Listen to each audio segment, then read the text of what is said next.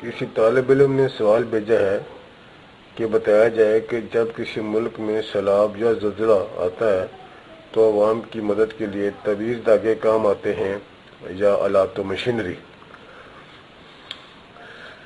اس سوال کے جواب میں عرض ہے کہ آج یہ دنیا آسانی سے جان چکی ہے کہ ایسے موقعوں پر طویل دھاگے کام نہیں آتے، بلکہ ایسے موقع پر انسانی زندگی کا بچانا اولیت کا عمل ہوتا ہے، اور ان کے لیے عملاً فیلڈ اسپتالوں کی ضرورت ہوتی ہے، جدید مشینری اور انتہائی مؤثر دواؤں کی ضرورت ہوتی ہے، ہیلی کاپٹر کے ذریعے دور دراز راستوں اور دشوار گزار دیہاتوں تک پہنچنے کی ضرورت ہوتی ہے، اور ادویات، کمبل اور بے انتہا ضروری سامان زندگی کے لیے بھیجنا ضروری ہوتا ہے۔ تو ان تمام چیزوں کے لیے طویل دھاگوں کا کوئی عمل نہیں۔ میں اپنے ہی مبلغوں سے پوچھتا ہوں کہ ہمارے ملک میں کہ اگر پاکستان میں زلزلہ زدگان کی مدد کے لیے بیرون ملک سے جدید مشینری نہ پہنچتی تو کون زخمیوں کو ملبے کے نیچے سے نکالتا؟ کون ان جانوں کو بچاتا جو لاکھوں ٹن ملبے کے نیچے سے سسک رہی تھیں؟ آج کس نے آلات اور کیمروں کے ذریعے ان سسکتی زندگیوں تک رسائی کی جو موت کی زد میں تھیں؟ آج کس نے کتوں کی قوت شامہ کے ذریعے ان لاشوں تک رسائی کی جو بے گور و کفن پڑی ہوئی تھیں؟ اور اس زخمی کو کن کی ایمبولینسوں نے ہسپتالوں تک پہنچایا جن کو بروقت علاج کے ذریعے بچا لیا گیا؟ قرآن کہتا ہے کہ جس نے ایک جان بچائی اس نے سب انسانوں کی جان بچائی۔ اب آپ بتائیں کہ انسانوں کو زخمی یا زندہ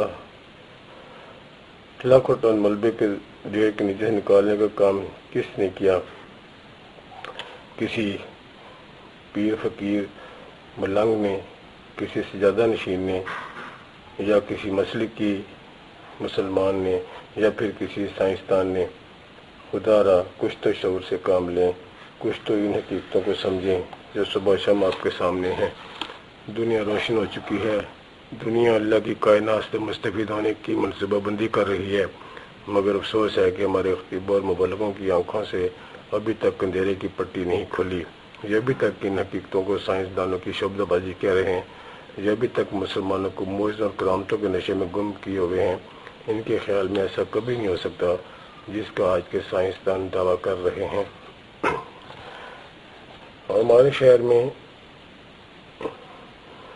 مولانا نقشبندی ایک معروف مذہبی پیشوا ہیں، انہوں نے آج تک اس حقیقت کو تسلیم نہیں کیا کہ انسان کا قدم چاند تک پہنچ چکا ہے۔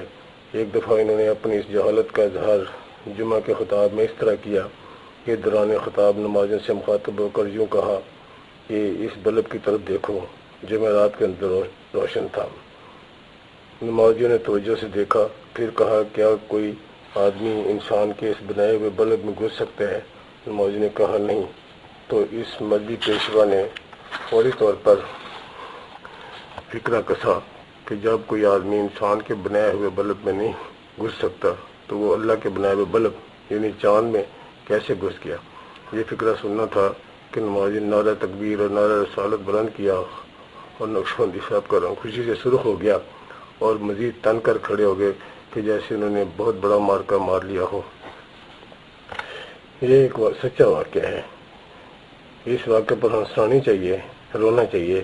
ایسے مذہبی پیشواؤں کی عقل پر، ایسے عالموں کے شعور پر، ایسے خطیبوں کی دھوکہ دہی پر، ایسے پیروں کی دکانداری پر جنہوں نے قسم کھا رکھی ہے کہ وہ سائنس کی حقیقتوں کو تسلیم نہیں کریں گے۔ ہمارے عالموں کے اس قسم کے واقعات کا زیادہ تعلق فلکیات سے ہے یا ماورا گفتوں سے ہے، کیونکہ ایسے خود ساختہ علماء کا اپنا کوئی علم نہیں اور سائنسی تحقیقات پر کوئی ایمان نہیں، اس لیے سارا مسلمانوں کو مزید بیوقوف بنانے میں اور بے شعور رکھنے میں صدیوں سے کوشاں ہیں۔ یہ علماء اس حقیقت سے بخوبی آگاہ ہیں کہ جب تک مسلمان بے شعور ہیں ان کی چاندی رہے گی، اور جب مسلمان شعور میں آ گئے تو ان کی چاندی پگھل کر بہہ جائے گی، ان کی فتویٰ سازی ختم ہو جائے گی، ان کی علمیت کا بانڈا پھوٹ جائے گا، ان کے مزاروں کے فانوس بجھ جائیں گے، ان کے گھروں کے اندھیرا چھا جائے گا، ان کے حلوے ماندے بند ہو جائیں گے، ان کی مذہبی جادریاں ختم ہو جائیں گی، اور پھر مریدوں کے مالوں پر پلے ہوئے یہ شیر نازک و نحیف ہو جائیں گے۔ سارے کا سارا قرآن برہان ہے، دلیل ہے، مگر ان علماء کے پاس دلیل اور برہان کے نام کی کوئی چیز نہیں۔ جس بات کا ان کے پاس جواب نہ ہو، اس کو فتویٰ دے دیتے ہیں، پتھروں سے جواب، اور ایسا کرنا ان کی کوتا فہمی ہے۔ یہ کیسی تعجب خیز بات ہے کہ کچھ نہ جاننے کے باوجود سب کچھ جاننے کا دعویٰ کرتے ہیں، اور ناقص علم کو اس طرح لوگوں پر نافذ کرتے ہیں جیسے اپنی بات میں اتھارٹی ہیں، یا ان کی خدا سے ڈائریکٹ ڈائلنگ ہے۔